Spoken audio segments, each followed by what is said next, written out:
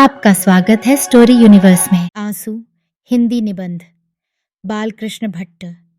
मनुष्य के शरीर में आंसू भी गड़े हुए खजाने के माफिक हैं। जैसा कभी को कोई नाजुक वक्त आ पड़ने पर संचित पूंजी ही काम देती है, उसी तरह हर्ष, शोक, भय, प्रेम इत्यादि भावों को प्रकट करने में जब इंद्रियां स्थगित होकर हार मान बैठती हैं, तब आंसू ही उन भावों को प्रकट करे में सहायक होता है। चिरकाल के वियोग के उपरांत जब किसी दिली दोस्ता से मुलाकात होती है, तो उस समय हर्ष और प्रमोद के उफान में अंग अंग ढीले पड़ जाते हैं, बाष्प गदगद कंठ रूंध जाता है, जिह्वा इतनी शिथिल पड़ जाती है कि उससे मिलने की खुशी को प्रकट करने के लिए एक एक शब्द मानो मनोबोझ सा मालूम पड़ता है। पहले इसके कि शब्दों से वह अपना असीम आनंद प्रकट करे, सहसा आंसू की नदी उसकी आंख में उमड़ आती है और नेत्र के पवित्र जल से वह अपने प्राण प्रिय को नहलाता हुआ उसे बगलगीर करने को हाथ फैलाता है। सच्चे भक्त और उपासक की कसौटी भी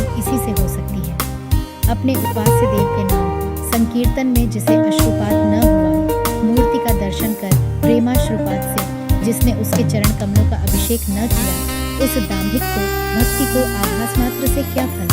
सरल कोमल चित्त वाले अपने मनोगत सुख दुख के भाव को छिपाने की हजार हजार चेष्टा करते हैं कि दूसरा कोई उनके चित्त की गहराई को न कहा सके, पर अश्रुपात भाव गोपन की सब चेष्टा को व्यर्थ कर देता है। मोती सी आंसू की बूंदें जिस समय सहसा नेत्र से झरने लगती हैं, उस समय उसे रोक लेना बड़े बड़े गंभीर प्रकृति वालों की भी शक्ति के बाहर होता है। भवभूति ने जिनको प्रकृति का चित्र अपनी कविता में खींच देना खूब मालूम था, कई ठौर अश्रुपात का बहुत उत्तम वर्णन किया है, जिसमें यही आशय निकलता है, यथा अयन्ते बाष्पौघस्त्रुटित इव मुक्तामणिसरो विसर्पण धाराभिर्लुठति धरणीं जर्जरकण निरुद्धोऽप्यावेग स्फुरधर्णा सापट्या परेशामुन्नयो भवति च भराध्यथ हृदय विलुलितमति पुरैर्बाष्पमाणं दशो प्रभवमवसृजन्ति तृष्णयोत्तान् दीर्घा स्नपयति हृदयेश स्नेहनिष्यन्दिनीते धवलबहलमुग्धा दुग्धकुल्येव दृष्टि। यदि सृष्टिकर्ता अत्यंत शोक में अश्रुपात को प्राकृतिक न कर देता, तो वज्रपात सम दारुण दुखा के वेग को कौन संभाल सकता। इसी भावार्थ का पोषक भवभूति का नीचे का यह श्लोक बहुत उत्तम है। पूर्वोत्पीढ़े तड़ागस्य परिवाह प्रतिक्रिया शोकक्षोभे च हृदयं प्रलापैरेव धार्यते। अर्थात बरसात में तालाब जब लबालब भर जाता है, तो बांध तोड़ उसका पानी बाहर पानी देना ही सुगम उपाय बचाव को होता है। इसी तरह अत्यंत शोक से क्षोभित तथा व्याकुल मनुष्य को अश्रुपात ही हृदय को विकीर्ण होने से बचा लेने का उपाय है, बल्कि ऐसे समय रोना ही राहत है। जैसा भवभूति ने लिखा है, इदं विश्वं पाल्यं विधिवदभियुक्तेन मनसा प्रिया शोको जीवं कुसुममिव धर्म क्लमयति स्वयं कृत्वा त्यागं विल्पन विनोदो एस्प्युसुलभ स्तद्याप्युच्छ्वासो भवति ननु लाभो हि रुदितम। कोई शूरवीर जिसको रण चर्चा मात्र सुनजोश आ जाता है और जो लड़ाई में गोली तथा बाण की वर्षा को फूल की वर्षा मानता है, वीरता के उमंग में भरा हुआ युद्ध यात्रा के लिए प्रस्थान करने को तैयार है। विदाई के समय विलाप करते हुए अपने कुनबा वालों के आंसू की एक एक बूंद की क्या कीमत है, यह वही जान सकता है। वह शस्पंज में पड़ आगे को पांव रख फिर हटा लेता है। वीर और करुणा दो विरोधी रस अपनी अपनी ओर से उमड़ उमड़ देर तक उसे किंकर्तव्यता मूड किए रहते हैं। आंख में आंसू उन्हीं अकुटिल सीधे सत्पुरुषों के आता है, जिनके सच्चे सरल चित्त में कपट और कुटिलाई ने स्थान नहीं पाया। निठुर निर्दयी मक्कार की आंखें, जिसके कट्टर कलेजे ने कभी पिघलना जाना नहीं, दुनियाओं के दुख पर क्यों पसीजेंगी।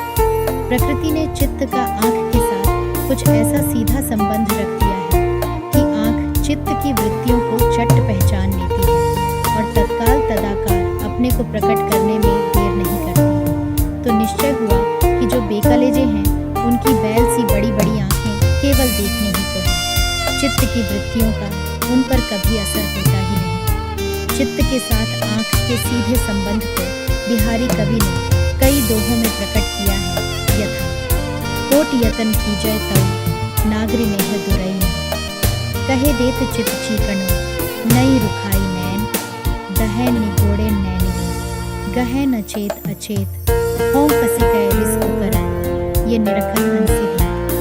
मृतक के लिए लोग हजारों लाखों खर्च कर आलीशान रोजे, मकबरे, कब्रें संगमरमर या संग मूसा की बनवा देते हैं। कीमती पत्थर, माणिक, जमुर्रत से आरास्ता उन्हें करते हैं, पर वे मकबरे क्या उसकी रूह को उतनी राहत पहुंच सकते हैं जितनी उसके दोस्त आंसू के कतरे टपकाकर पहुंचाते हैं। इस आंसू में भी भेद है। कितनों का पनीला कपार होता है, बात कहते रो देते हैं, अक्षर उनके मुख से पीछे निकलेगा, आंसुओं की झड़ी पहले ही शुरू हो जाएगी। स्त्रियों को जो बहुत आंसू निकलता है, मानो रोना उनके पास गिरों रहता है।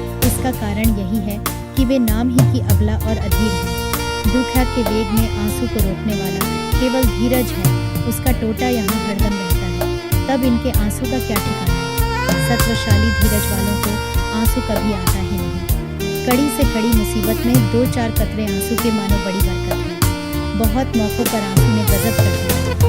सिकंदर का कौल था कि मेरी माँ की आंख के एक कतरा आंसू की कीमत मैं बादशाहत से भी चढ़कर मांगता हूँ। रेणुका के अश्रुपात ही ने परशुराम से 21 बार क्षत्रियों का संहार कराया। कितने ऐसे लोग भी हैं जिन्हें आंसू नहीं आते।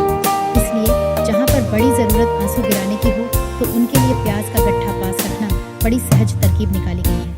प्याज जरा सा आंख में छू जाने से आंसू गिरने लगता है। किसी को बैगन बावले, किसी को बैगन पथ। बहुधा आंसू का गिरना भलाई और तारीफ में दाखिल है। हमारे लिए आंसू बड़ी बला है, नज़ले का जोर है। दिन रात आंखों से आंसू टपकता रहता है। ज्यों ज्यों आंसू गिरता है त्यों त्यों बीनाई कम होती जाती है। सैकड़ों तदबीरें कर चुके, आंसू का टपकना बंद न हुआ। क्या जाने बंगाल की खाड़ी वाला समुद्र हमारे ही कपार में आकर भर रहा है। आंख से तो आंसू चला ही करता है। आज हमने लेख में भी आंसू ही पर कलम चला दी। पढ़ने वाले इसे मेरी नहुसत की अलामत न मान हमें क्षमा करेंगे। आशा करते हैं कि यह कहानी आपको बहुत पसंद आई होगी। ऐसी और कहानियाँ सुनने के लिए जुड़े रहिए हमारे चैनल स्टोरी यूनिवर्स के साथ।